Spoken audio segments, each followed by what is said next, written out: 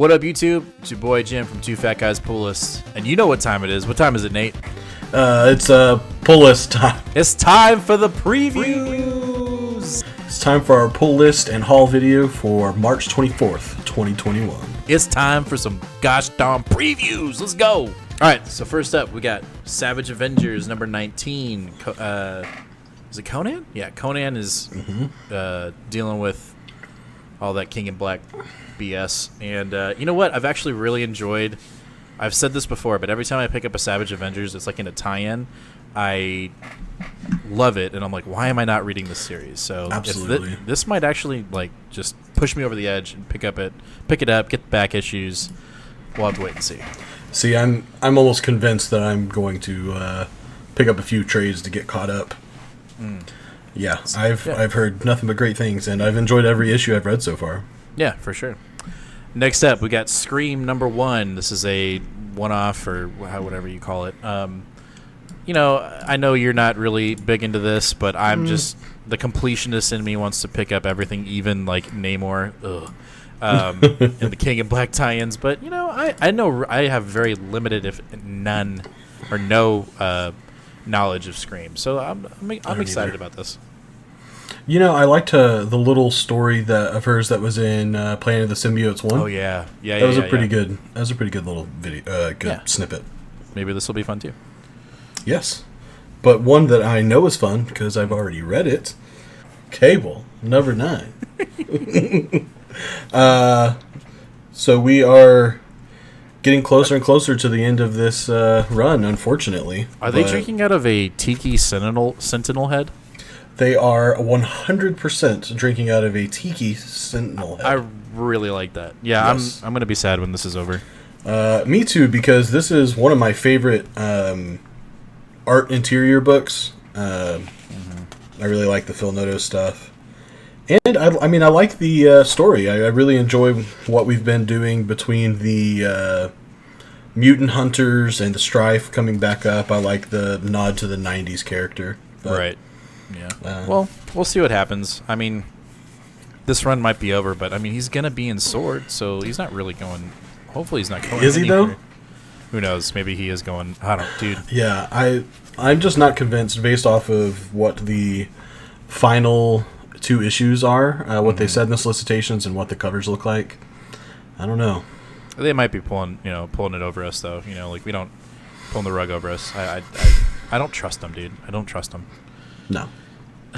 Next up, we got Excalibur 19. Something's wrong with Betsy, and I know that a Psylocke from another dimension has shown up to take care of business. So I'm actually really looking. I mean, I say this for every book that we're reading, but I actually really, really, really am, looking forward to reading this. Yeah, I'm really interested to see where exactly our Betsy is, what she's doing, where she's been, and if she's going to be able to, get back to the 616. Right. I'll have to wait and see. Yep. Next up, we have a new Marvel series. Got Alien number 1. Beautiful. It's an awesome In-Hyuk Lee cover. I actually, I only picked this up because it's being written by Philip Kennedy Johnson, one of my, favorite up-and-coming writers. I say that, I mean, he's been around for a while, but, he went from doing a couple of, DC Black Label and filler issues like the Captain America tie-ins for Empire. Yep. And now he's writing Superman action comics, and now he's got a new number 1 Alien. It's a big leap. It's a very big leap. I totally trust him on this book, though, because so far one of the things that he's done really well is deep storytelling mixed with fun graphic body horror.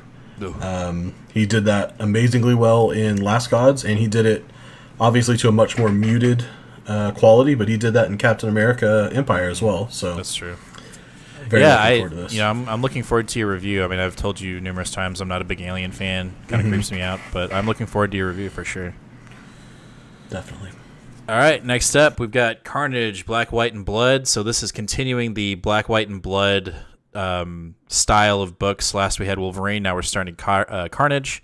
I have a brief knowledge of Carnage, not a huge, I'm not like a giant Carnage fan. But I just dig this Black, White, and Blood,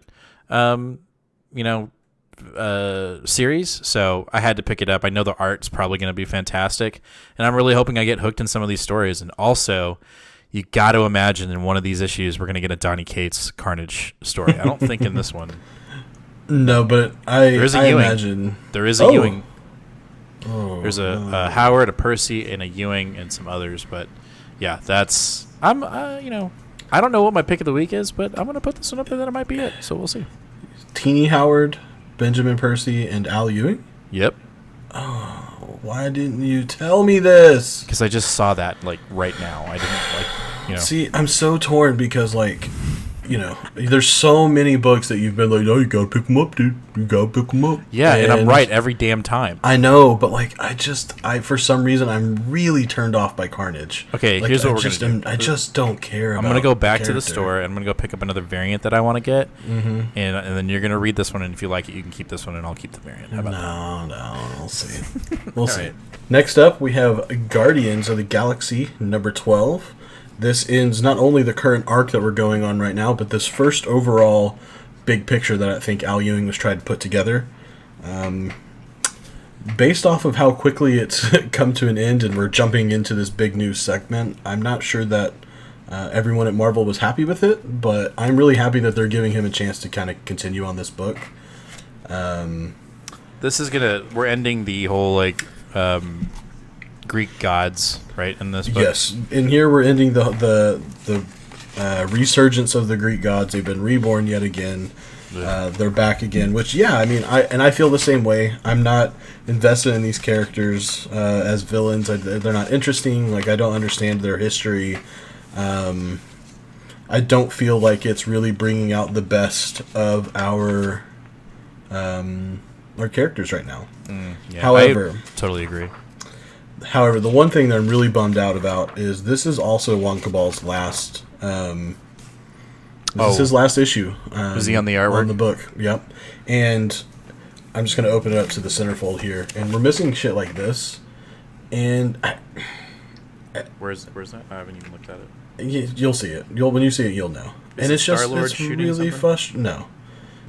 It's just really frustrating that he's leaving the book. I don't know if that's a personal thing or if that's a Marvel thing or whatever, but yeah, that one. And then further on in the book, you get one of his cinematic triple layers again, where you've got two of the smaller boxes in the middle of the larger.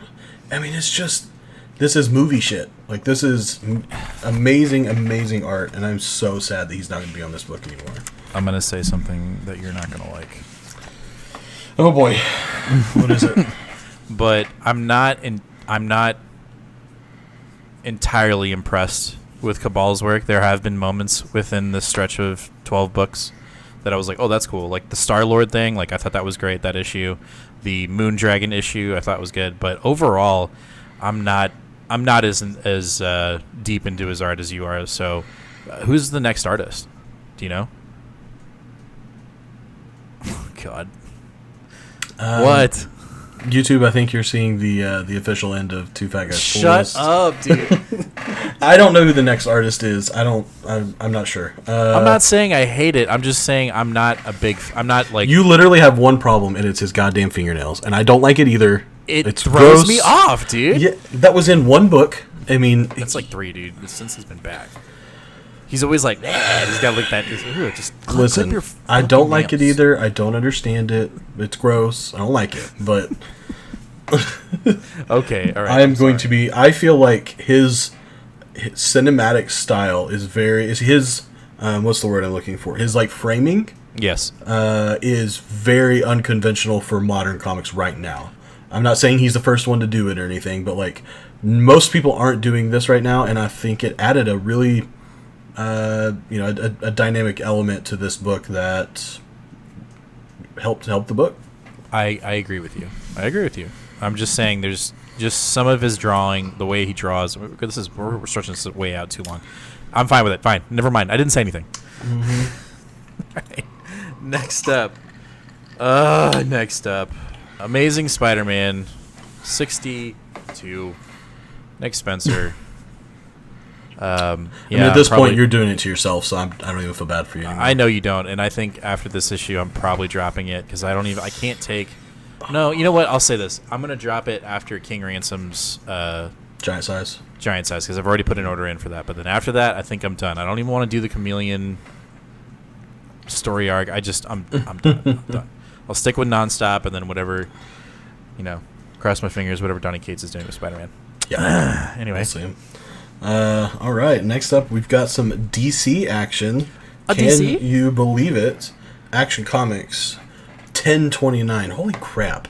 Wow. 1029. That's crazy. That's a lot. So again, Philip Kennedy Johnson. That's the only reason why I'm picking this book up at all. But I'm just curious to see what he's going to do with such a huge comic book figure.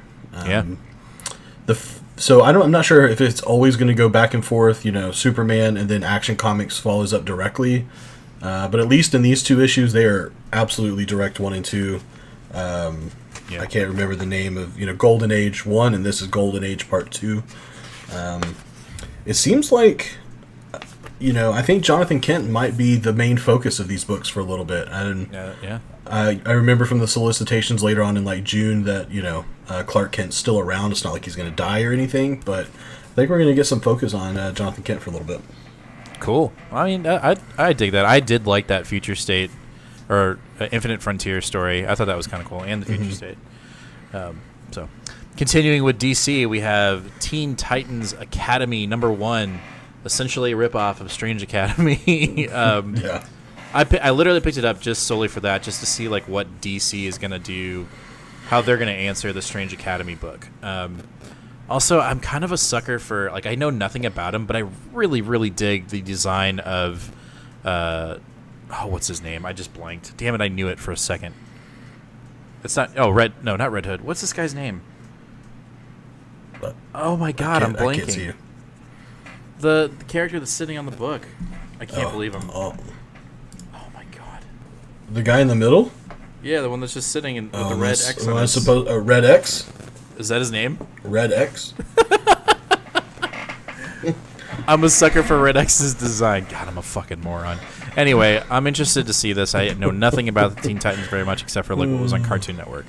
But I just want to see their answer to Strange Academy. And Jacob at the store was like, that's basically what I think this is. So I'm going to check it out. It's my my attempt to get more DC into the show. So we'll see. There you go.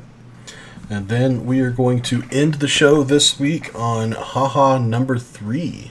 Number 3 of a 6-part mini. These books have been weird, funky.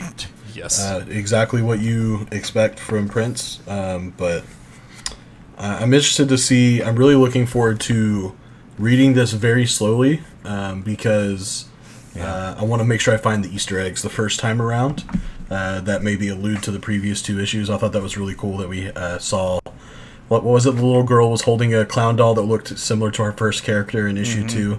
Yeah, they were just little sprinkles.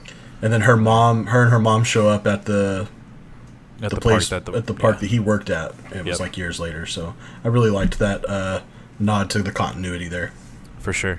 We're going to end the show with that, but we have one more thing to say, or one more thing to talk about, because we did pick it up today. Yes. And that is the second printing of Berserker foil cover. This thing, I'm trying to get it. Oh, yeah, there it is. This thing is, it's cool looking, but also there's, we talked about this in our Berserker Netflix video. So go ahead and watch that there. I'll put that up in the corner right there to watch. But there's a little bit of controversy around this second printing, isn't there, Nate? What? Controversy? Right, there's controversy, right? There were more comic stores ordered it more than... yes. My apologies. Yes. So apparently this book went to allocations, which, I didn't know what that meant, so we had to ask Ron at our local shop. But basically, because Boom prints overseas, they don't really have an FOC. They don't print based off of a final order cutoff. They just print what they think. And so they printed, I don't know what it was, probably something like 40 or 50,000 copies because they thought that's how much they needed. They finally got the orders in, and they needed 100,000 copies. So this book got allocated, meaning that not every store that ordered it is going to get it, and the stores that are getting it are probably not going to get as many issues as they asked for. That sucks. So honestly, I keep saying we're not big speculators. We're not. We don't sell a lot of books. Then again, we bring it up a lot. Right. But it's part of the hobby, right? If that's your thing, maybe these foil covers. There's, from what I understand, there's this one, and then the Mark Brooks B cover also has one. There's a lot of these books were made. What was it? 600,000 plus of first print. Yeah, I think 615,000 were sold in March 3rd. And so it's going to be really hard to pin. And there's so many variants. There's so many regular cover price variants. There's so many ratio variants. There's the 1 in 1,000, and it's just obviously those are going to be big books for this no matter what. But if you're looking for a way to stand out and maybe just put $4 on a spec that, hey, if it doesn't pan out, you still have a cool book. Maybe see if you can get one of these. Definitely, and also I would take this foil variant probably to a signing more than I'd probably take both, obviously, first and second print. But I would want to get this one signed. Like if I had to choose, they're like you can only get one book signed. It would probably be this one. I'd try to get Reeves to if he's there to sign it. That'd be right. I will say that the foil cover does make it a little bit more rigid, especially that spine. So if you enjoy grading your comics and high grades matter to you, this might be one to lean towards for grading as well. Definitely a better chance at a 9.8 or even a 9.9. All right, so that is that's our pool for the 24th of March, and now we're going to switch gears to what we picked up over the week. Just fun stuff, either trades or variants. Go ahead, Nate. What do you got? All right. So the first one is going to be... let's do this one first. I actually picked this up today.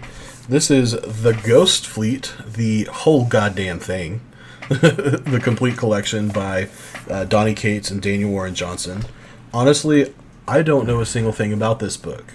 However, Collected Keller, the secondary location, had one of these on the shelf. It was a very good price, and I keep seeing the thing advertised on the back of the crossover books. Crossover books have the 4 or 5 different, Tomahawk, God Country, Baby Teeth, Redneck, and this one. And so, thought I'd pick this one up this week. I would really love to find a Tomahawk. That's the book I really want. Because I know that they're getting Donnie's getting ready to, I don't know if it's Donnie or if it's somebody else, but they're writing a prologue to Tomahawk, and I really, really want to get that. And I think I can get it on eBay for $24, but if I could find it in stores, I'd be even happier. Nice. But that's...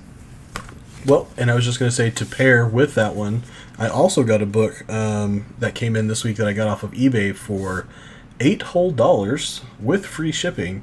And this is the Relay Trade 1 through 6. Now, this is a Zach Thompson written book, but if you look down here at the bottom and you look at all the creators that are involved, you'll see a Donny Cates right there. I was looking at Donnie's website because I can't remember what book it was. I think it might have been Baby Teeth. That's Aftershock. And I just, I couldn't remember what the publisher was, and so I was on his website and I was looking, and he has this listed under his bibliography of books that he was involved in. And I actually literally saw it. I typed it in on eBay, saw it for $8, and just hit buy right now. I didn't even realize that it wasn't wholly a Donny Cates book. However, he's talked about it a few times recently as a book that he really enjoyed and would like to revisit.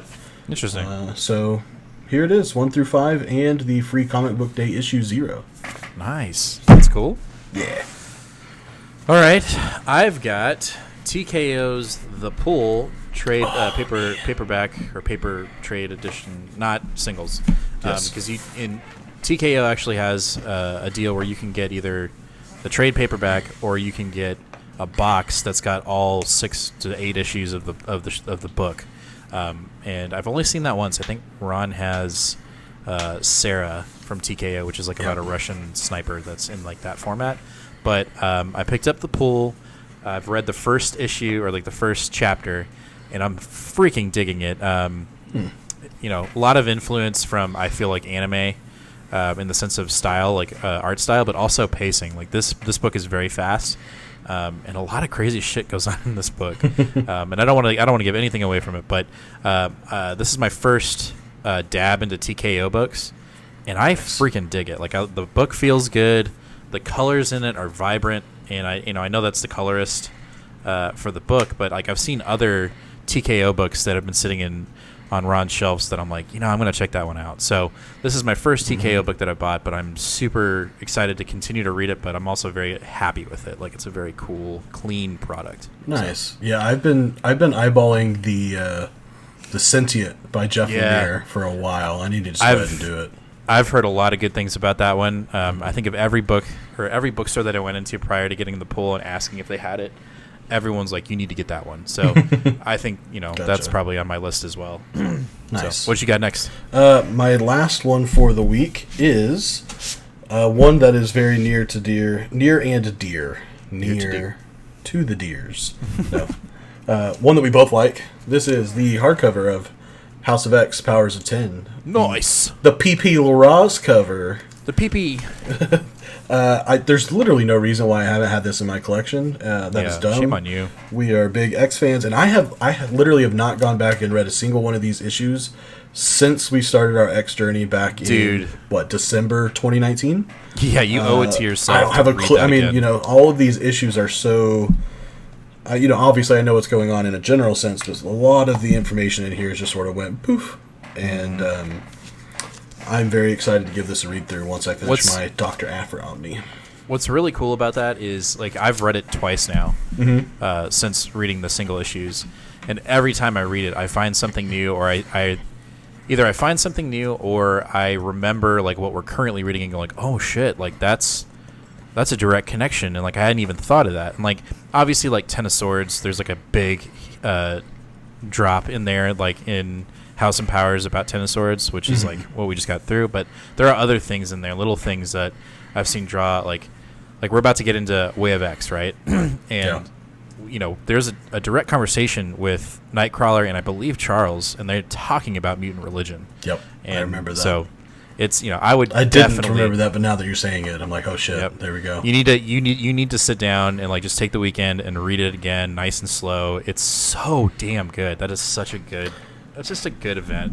Well, so and just having an entire book of Pepe Larraz and RB Silva is like, it's just a treat. It's just such a treat. Mm-hmm. And it's kind of spoils you, because like I read it now and I'm like, God, I wish they were still doing the books. You know what I mean? Like, yeah. Big time. I'm not to say that any of the other X books are bad. They're not, but like, dude, they just draw X-Men really well. They do, and it does make it a treat whenever we do get them on a book, especially like the oversized books or the event books. It does make that nice, but yeah, if I could have them on all 10 or 12 X books, I would. All right, next up, for the last thing that I pulled, I got the 1:25 ratio cover of Thor, the Nick Klein 1:25. I think I'm gonna. These two books I'm about to talk about, I think I'm gonna send them in for grading. I need Ron to look at this one more time, and I want you to look at this one again just to make sure. I really want to get the 9/8, but I dig the hell out of this cover. The colors on it are great, and. Not that the cover A isn't good, it is, but I love this cover. Yeah, so there's that one. And the last thing that I picked up is another 1:25 variant, but it's a little bit more costly because not everybody, it didn't get printed as much. And just got to say, thanks Biden for the money, because that's what bought it. Biden bucks right there. Biden bucks, dude. Put them on the bills. Anyway, the stimulus cash got me this 1:25 Marvel #6 Silver Surfer, who it's done by Bermejo. And I swear to God, I thought this was an Alex Ross cover.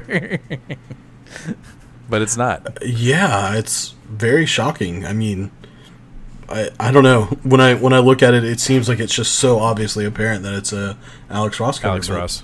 Nope. Bermejo. Hey, hats off to him. He's been studying. Yep. This cover is fire, and literally because there's fire on it, and it is fire. I see what you did there. You saw what I did there. Mm-hmm. But I will definitely, when you send in your book or a book or some books to CBCS, I think I'm going to be sending this bad boy in for sure. Hell yeah. So, that is our pulls and our little comic book haul for the week of March 24th. We want to also remind everybody we are doing a giveaway on our YouTube channel, which you're watching this on right now. We're not doing this on Twitch, so why would I say that? So what we're trying to do is we're trying to get to 1,000 subscribers, but on the way, we're going to be giving away slabs as we hit certain milestones. So like 100, 250, 500, and then 1,000. So if you want to check out our slab giveaway video to see the prizes, you can do that. We'll put that at the end of this video. But yeah, that being said, please subscribe, hit that bell for notifications, and you do that, you're automatically entered. And then we'll just pull your name out of a hat, and bam, you win a slab. This hat right here. Yeah, that hat. No, not this hat. It's a little dirty. You don't want this hat. Smart work. Either way, guys, we'll see you guys this week, Friday, over on twitch.tv/2fatguyspullist at what time, Nate? 8 p.m. Central. 8 p.m. Central. That's right. So, that being said, read some more comics, and we'll see you guys on Friday. Later. See ya.